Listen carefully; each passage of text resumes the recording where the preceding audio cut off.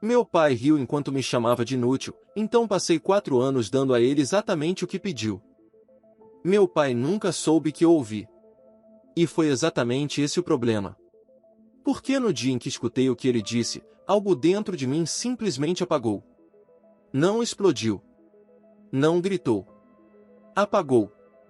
Como uma luz que alguém desliga sem avisar, sem pedir licença, sem nem perceber que do outro lado alguém dependia daquela claridade para enxergar. E eu passei os próximos 4 anos dando a ele exatamente o que ele pediu. Cada detalhe. Com uma precisão que assustaria qualquer adulto, quanto mais um garoto de 13 anos. Mas deixa eu te contar como tudo começou, porque para entender o que eu fiz, você precisa entender primeiro o que ele disse. E mais do que o que ele disse, você precisa entender como ele riu depois. Porque foi o riso que mudou tudo. Dentro da nossa casa em Santos, no litoral de São Paulo, existiam 2 mundos completamente diferentes vivendo sob o mesmo telhado. O mundo do Lucas, meu irmão mais velho, e o mundo de todo o resto.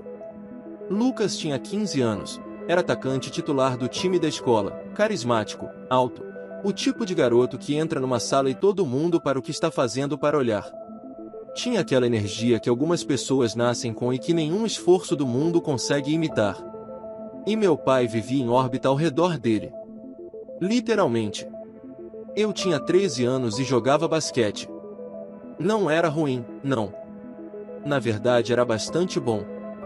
Meu técnico dizia que eu tinha visão de jogo, que eu lia a quadra de um jeito que a maioria dos meninos da minha idade não conseguia. Mas meu pai nunca estava lá para ver isso. Nunca. Sempre tinha uma justificativa nova. O trânsito estava impossível naquele dia. Tinha uma reunião de última hora que não podia cancelar. A enxaqueca voltou mais forte do que o esperado. O celular descarregou e ele perdeu o horário. As desculpas eram variadas, criativas até, mas o resultado era sempre o mesmo: arquibancada vazia no meu lado. Agora nos jogos do Lucas, isso era impensável. Meu pai aparecia cedo, escolhia o melhor lugar para ver, ficava de pé quando precisava, gritava o nome do irmão, filmava cada jogada importante. Teve uma vez que ele estava com febre, 38,5, minha mãe insistindo para ele ficar em casa, e ele foi mesmo assim. Porque era jogo do Lucas. E eu aprendi, da forma que as crianças aprendem as coisas que machucam, que aquilo era simplesmente a ordem natural do nosso mundo. Parei de esperar. Parei de olhar para a entrada do ginásio imaginando que desta vez ele estaria lá. Me convenci de que tudo bem, que eu conseguia jogar bem sem ele na arquibancada, que a aprovação dele não era algo que eu precisava. Mas a gente mente para si mesmo muito melhor do que mente para os outros. E a verdade é que eu ainda esperava. Só que em silêncio. Escondi tão bem essa esperança que até eu mesmo quase acreditei que ela tinha desaparecido. Mas ela estava lá. E foi justamente ela que explodiu naquele sábado. Era um campeonato regional de futsal, um dos torneios mais importantes do ano para o time do Lucas. O ginásio estava cheio, barulhento, com aquele cheiro de pipoca e suor que todo lugar assim tem. Eu estava assistindo junto com minha mãe quando percebi que tinha esquecido meu celular dentro do carro do meu pai. Coisa simples. Devia levar 3 minutos buscar e voltar. Mas esses 3 minutos custaram 4 anos da minha vida. Quando saí do ginásio e me aproximei do carro no estacionamento, ouvi risadas antes mesmo de chegar perto. Meu pai estava do lado de fora, encostado na lateral do veículo, conversando com outro homem que eu não conhecia, provavelmente o pai de algum outro jogador. Eles não me viram. Eu parei. Não por querer espionar. Parei porque o riso era alto, descontraído, e eu não quis interromper sem querer. O outro homem estava reclamando do filho. Dizia que o garoto era acomodado demais, que faltava fome, que não tinha ambição nenhuma, que era frustrante criar um filho assim. E então meu pai respondeu. Com uma voz casual, leve, quase divertida, o tipo de voz que as pessoas usam quando estão completamente à vontade. Ele disse podia trocar pelo meu. Mas pelo Lucas não, claro. O outro é tão esquecível que você nem ia notar a diferença. Os dois riram. Alto. Com vontade. E então meu pai foi além, como se a primeira frase não tivesse sido suficiente, como se ele quisesse garantir que a piada chegasse até o fim. Disse: às vezes fico pensando como seria ter 2 Lucases em vez de um inútil. Aí sim seria o sonho perfeito. Mais risadas. Fiquei parado no estacionamento com o celular na mão, a menos de 2 metros do meu pai, sem que ele soubesse que eu estava ali. Meu próprio pai. O homem que eu ainda, apesar de tudo, ainda admirava. Chamando o próprio filho de inútil. Rindo da ideia de me substituir. Descrevendo minha ausência como um sonho. Não gritei. Não corri. Não chorei ali na hora. Fiz algo muito pior do que qualquer uma dessas coisas. Entrei no carro em silêncio, peguei o celular, sentei no banco de trás e fiquei esperando o jogo terminar. Quando meu pai voltou, ele me viu lá dentro e perguntou, com naturalidade, se eu estava bem. Eu disse que sim. Ele não percebeu nada. E foi essa última conversa real que tivemos por 4 anos. Mas aqui é onde a história fica interessante. Porque o que eu fiz a seguir não foi o que a maioria das pessoas faria. Não fui para casa chorar no travesseiro. Não escrevi num diário. Não confrontei ele em algum momento dramático. Não contei para minha mãe.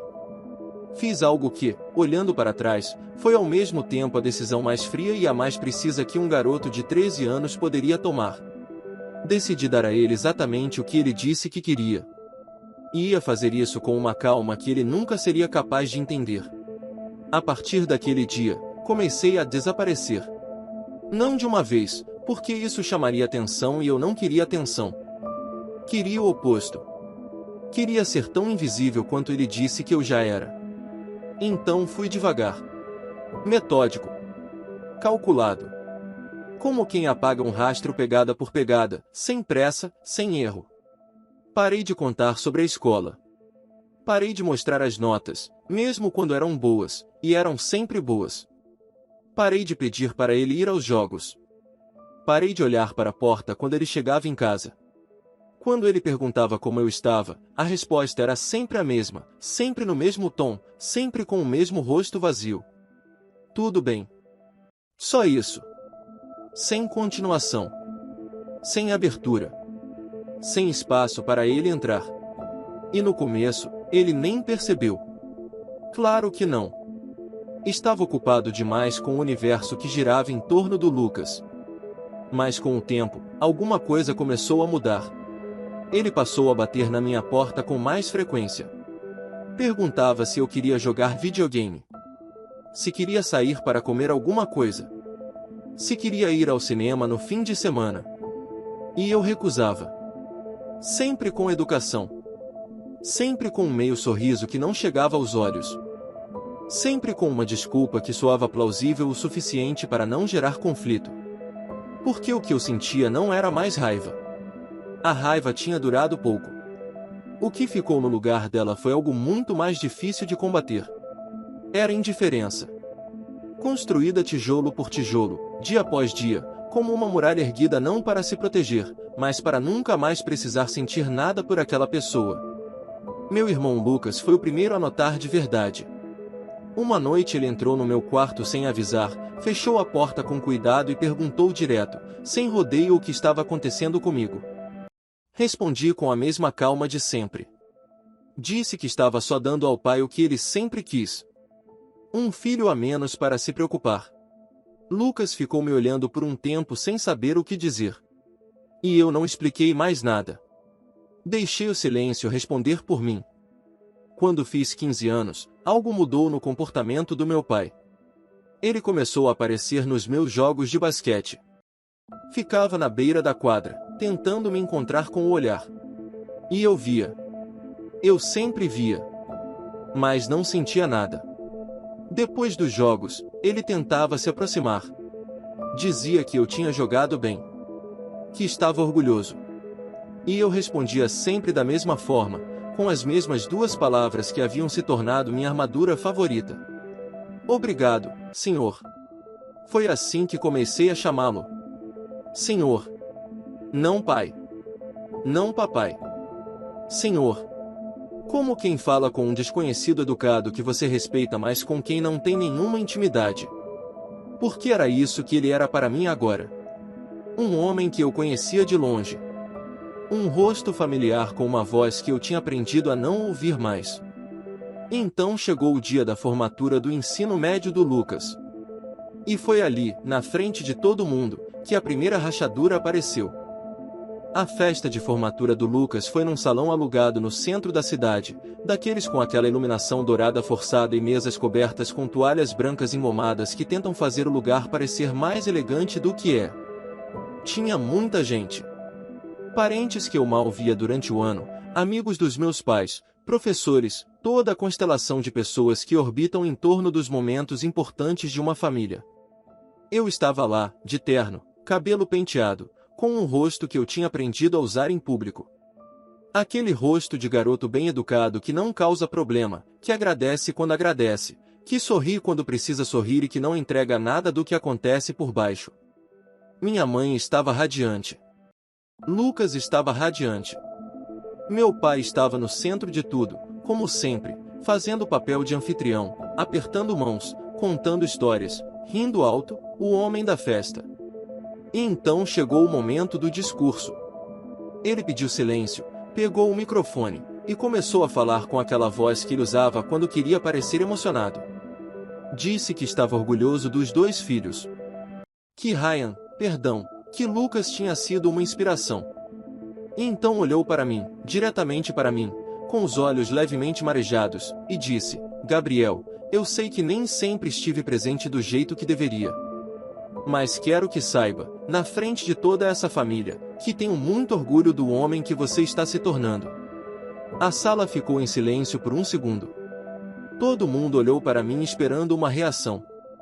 Eu levantei o copo de água, mantive o rosto completamente neutro, e respondi com clareza suficiente para todos ouvirem. Obrigado, senhor. O silêncio que se seguiu foi de outro tipo. Não era o silêncio de espera. Era o silêncio de quem acabou de ver algo que não deveria ter visto. Minha mãe empalideceu. Lucas fechou os olhos por um segundo como se quisesse desaparecer. E o rosto do meu pai desabou ali mesmo, na frente de todo mundo, com o microfone ainda na mão e o copo levantado no ar. Mas eu simplesmente me virei para um primo que estava do meu lado e continuei a conversa de onde tínhamos parado. Porque era isso que um estranho faria. Agiria com educação e seguiria em frente. Exatamente como ele havia me ensinado.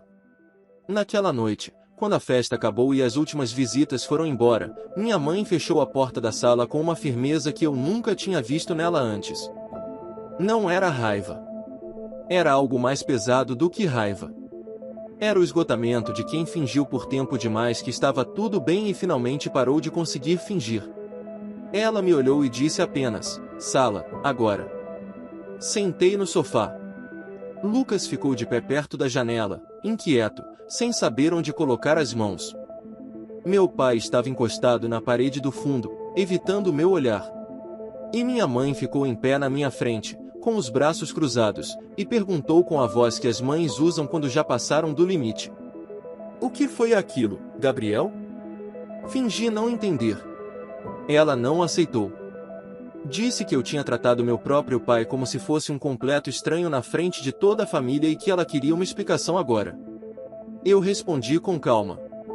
Disse que era uma forma respeitosa de se dirigir a alguém mais velho. Ela disse que não era o que eu tinha dito, era o tom. O jeito. A frieza. E então meu pai tentou encerrar o assunto. Disse para ela deixar para lá, que claramente eu não queria falar, que não adiantava forçar. E foi aí que minha mãe fez algo que eu não esperava. Ela virou para ele com uma expressão que eu nunca tinha visto no rosto dela e disse: "Não, Roberto. Isso acaba hoje. Estou cansada de ver essa casa desmoronando enquanto todo mundo finge que está tudo bem."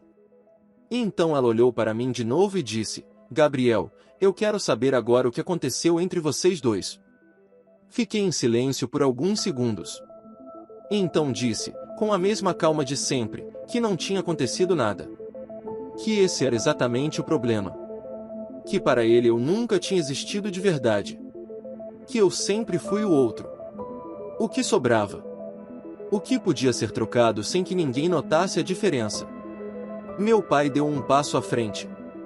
Disse que isso não era verdade, que nunca tinha pensado aquilo, que me amava tanto quanto amava o Lucas. E eu deixei ele terminar. Esperei. E então perguntei, com uma voz baixa o suficiente para fazer todo mundo prestar atenção: quantos jogos meus você foi ver quando eu tinha 13 anos? Ele hesitou. Disse que tinha ido a vários. Eu disse, 0. A palavra saiu seca, sem emoção, sem dramatismo. Só o número. 0. Você foi a 0 jogos meus naquele ano. Mas não perdeu um único jogo do Lucas. Meu pai passou a mão no rosto. Disse que trabalhava muito naquela época, que era difícil conciliar. E eu disse que sim, que eu entendia, que sempre tinha tempo para o filho que o fazia sentir orgulho. Minha mãe olhava de um para o outro sem conseguir falar. E então ela perguntou se era só isso. Se era só a questão dos jogos. Eu me levantei. Disse que não importava mais. Que em 5 dias eu ia embora para a faculdade e que depois disso eles não precisariam mais se preocupar comigo. Minha mãe mandou eu sentar de volta. E eu obedeci, porque o tom dela não deixava outra opção. Foi ela quem virou para o meu pai e disse, com uma firmeza que cortou o ar da sala: Roberto, pensa. Tem alguma coisa que você tenha dito ou feito naquela época que possa ter magoado Gabriel? Ele ficou em silêncio. Disse que não lembrava de nada assim. Ela insistiu. Mandou ele pensar direito. E foi Lucas quem falou, pela primeira vez desde que a conversa tinha começado. Disse em voz baixa que havia um torneio. Um campeonato regional. Que ele achava que eu tinha mencionado uma vez que algo tinha acontecido naquele dia. Meu pai ergueu o rosto. E eu vi o momento exato em que a memória voltou. Vi nos olhos dele. Vi no jeito que a respiração mudou. Vi na forma como a cor saiu do rosto dele em menos de 2 segundos. Ele começou a dizer que não era nada. Repetiu isso 2 vezes. Não é nada. Não é nada. E eu me levantei devagar, olhei para ele, e disse, claro que não é. Para você nunca foi nada. Foi só uma conversa qualquer. Uma piada entre pais no estacionamento. Ele ficou completamente imóvel. Eu disse boa noite e subi para o meu quarto antes que alguém conseguisse me parar. Fechei a porta e encostei as costas nela. Lá embaixo, o silêncio durou talvez 1 minuto. Depois começaram as vozes. Primeiro baixas, contidas, como quem tenta resolver uma coisa grave sem fazer barulho. Depois mais altas. Minha mãe perguntando. Meu pai tentando negar, tentando minimizar, tentando encontrar alguma versão da história que fosse menos do que ela era. Lucas tentando mediar no meio dos dois. Fiquei sentado no chão do quarto ouvindo tudo isso e pela primeira vez em 4 anos senti algo diferente da indiferença. Não era alívio. Ainda não. Era algo mais parecido com o momento antes de uma tempestade, quando o ar muda e você sabe que algo está prestes a se romper. Uns 20 minutos depois, 3 batidas na minha porta. A voz da minha mãe do outro lado. Ela pediu para eu abrir. Disse que se eu não abrisse ela abria. Abri. Ela entrou, fechou a porta atrás de si, sentou na beira da cama e ficou me olhando por um momento sem dizer nada. Depois disse, seu pai lembrou de alguma coisa. Olhei para o chão. Perguntei o que ele tinha dito. Ela respondeu que ele não tinha entrado em detalhes, só admitiu que teve uma conversa com outro pai naquele dia no torneio, e que podia ter dito algo idiota, mas que não se lembrava direito. E então ela me perguntou, com aquela voz que minha mãe usava quando estava com medo da resposta mas precisava ouvir assim mesmo. Gabriel, o que foi que você ouviu naquele dia? Fiquei em silêncio por um tempo. 4 anos carregando aquelas palavras. 4 anos repetindo elas na cabeça em momentos aleatórios, no meio de uma aula, antes de dormir, durante um jogo quando eu marcava um ponto e olhava para a arquibancada por instinto e lembrava que não ia ter ninguém lá. Ela perguntou de novo. Disse que era minha mãe. Que me amava. E que se meu pai tinha dito algo grave o suficiente para destruir a relação com o próprio filho, ela precisava saber. Respirei fundo. E contei tudo. Contei sobre o celular esquecido. Sobre o estacionamento. Sobre os dois homens encostados no carro sem saber que eu estava do outro lado. Contei o que meu pai disse palavra por palavra. Contei sobre o filho esquecível que poderia ser trocado sem que ninguém notasse. Contei sobre o sonho de ter 2 Lucases em vez de um inútil. E contei sobre o riso. Principalmente sobre o riso. Minha mãe levou a mão à boca quando eu terminei. Ficou assim por alguns segundos, com os olhos enchendo devagar. E então disse, quase num sussurro, meu Deus! Ele disse isso. Eu disse que sim. E que riu. Ela ficou em silêncio por um momento que pareceu muito mais longo do que foi. E então se levantou de repente. Disse que ia falar com ele. Que aquilo não podia ficar assim.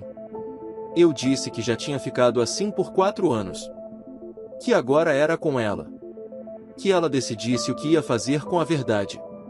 Ela me olhou por alguns segundos com um rosto que eu nunca tinha visto nela antes, uma mistura de raiva e dor e algo que parecia vergonha, não dela, mas por ele. Depois abriu a porta e desceu as escadas. E então o silêncio acabou completamente. Os gritos começaram menos de 2 minutos depois. Ouvi tudo do meu quarto. A voz da minha mãe atravessava as paredes com uma clareza que eu nunca tinha ouvido antes. Como você pode dizer isso do seu próprio filho? Meu pai respondendo que tinha sido uma brincadeira, que não pensou, que não queria dizer aquilo. Ela repetindo a palavra brincadeira como se fosse um insulto. Dizendo que chamar o próprio filho de inútil não era brincadeira, era crueldade. Uma porta bateu com força. Depois silêncio. O tipo de silêncio que não traz paz nenhuma. Naquela noite fiquei acordado olhando pro teto esperando sentir algum alívio por ter finalmente contado. Não veio. Só veio a confirmação do que eu já sabia. Que algumas palavras não somem porque o tempo passa. Elas ficam. Mudam de lugar dentro de você, ficam quietas por um tempo, mas estão sempre lá. Na manhã seguinte a batida na porta veio diferente.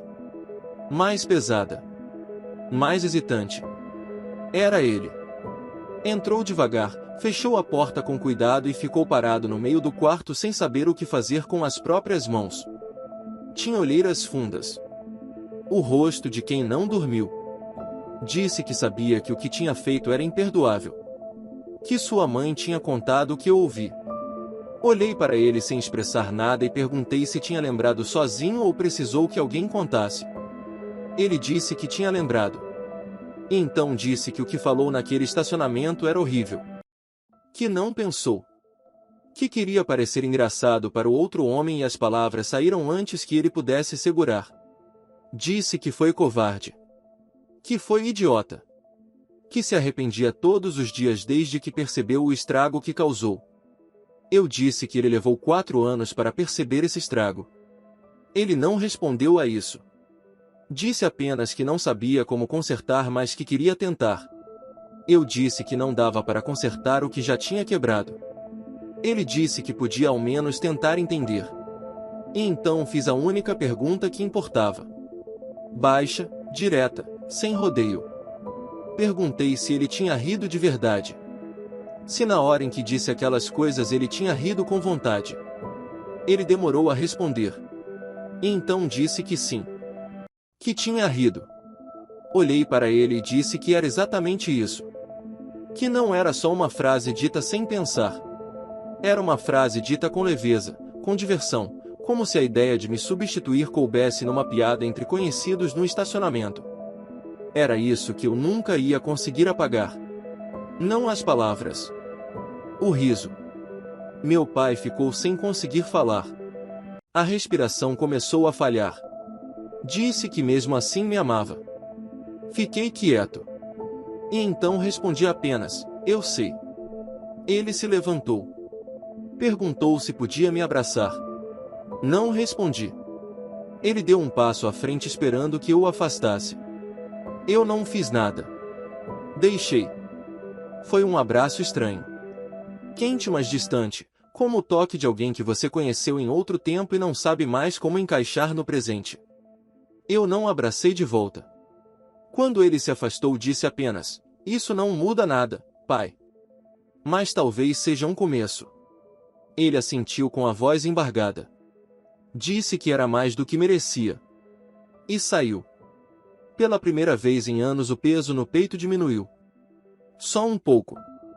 Não o suficiente para chamar de perdão, mas o suficiente para respirar. 5 anos se passaram desde aquele dia. E para minha surpresa ele cumpriu o que prometeu. Não de forma perfeita nem rápida, mas da única forma que realmente importa, tentando dia após dia sem parar. No primeiro ano me ligava todo domingo. As conversas eram curtas e desconfortáveis. Mas ele não falhou uma única semana. Nem quando eu atendia frio. Nem quando eu mal respondia. No segundo ano começamos a conversar de verdade. Ele me contava das sessões de terapia, das coisas que estava aprendendo sobre si mesmo. Uma vez disse que finalmente entendia por que sempre colocou o Lucas num pedestal. Disse que via no irmão o sucesso que queria para si mesmo e que via em mim as partes que tentava esconder. Essa frase ficou na minha cabeça por dias. Porque pela primeira vez ele não estava se justificando. Estava tentando se entender. No quarto ano voltei para casa no Natal. Meu pai não falou só do Lucas. Perguntou sobre meus projetos, ouviu de verdade, riu das minhas histórias. Antes de dormir me chamou na varanda e tirou do bolso uma caixinha pequena. Dentro havia um relógio antigo com a pulseira gasta. Disse que era do avô dele, que sempre guardou para dar a um dos filhos quando chegasse a hora. Perguntei por que estava me dando agora. Ele disse: "Porque você já me perdoou mais do que eu merecia, mesmo sem dizer em voz alta." Coloquei o relógio no pulso sem conseguir responder. Hoje esse relógio ainda está aqui. No pulso esquerdo. No dia da minha formatura de mestrado. Quando chamaram meu nome e atravessei o palco, procurei meus pais na plateia. Minha mãe acenando. Lucas filmando. E meu pai de pé, aplaudindo, com lágrimas descendo sem ele tentar esconder. Naquele momento lembrei do garoto escondido atrás do carro no estacionamento. Aquele menino que ficou parado segurando o celular enquanto o próprio pai ria da ideia de trocá-lo. Aquele menino passou anos achando que não valia nada. Mas eu não era mais ele. Depois da cerimônia fomos jantar numa pizzaria simples. Em certo momento meu pai me perguntou sobre os planos. Disse que tinha 3 propostas de emprego, uma delas em casa. Ele ergueu as sobrancelhas. Não disse nada. Só sorriu. Um sorriso pequeno que não prometia nada, mas carregava tudo. Naquela noite recebi uma mensagem dele. "Obrigado por deixar a gente estar hoje. Te amo, filho." Respondi sem pensar. "Eu também te amo, pai." E dessa vez era verdade. As palavras que ele disse naquele estacionamento nunca vão desaparecer completamente. Elas deixaram cicatrizes. Mas cicatrizes não são feridas abertas. São lembranças do que já doeu e sarou. E às vezes, quando a dor é grande o suficiente e as duas pessoas são corajosas o suficiente, o que quebrou pode se tornar a fundação de algo mais honesto do que o que existia antes.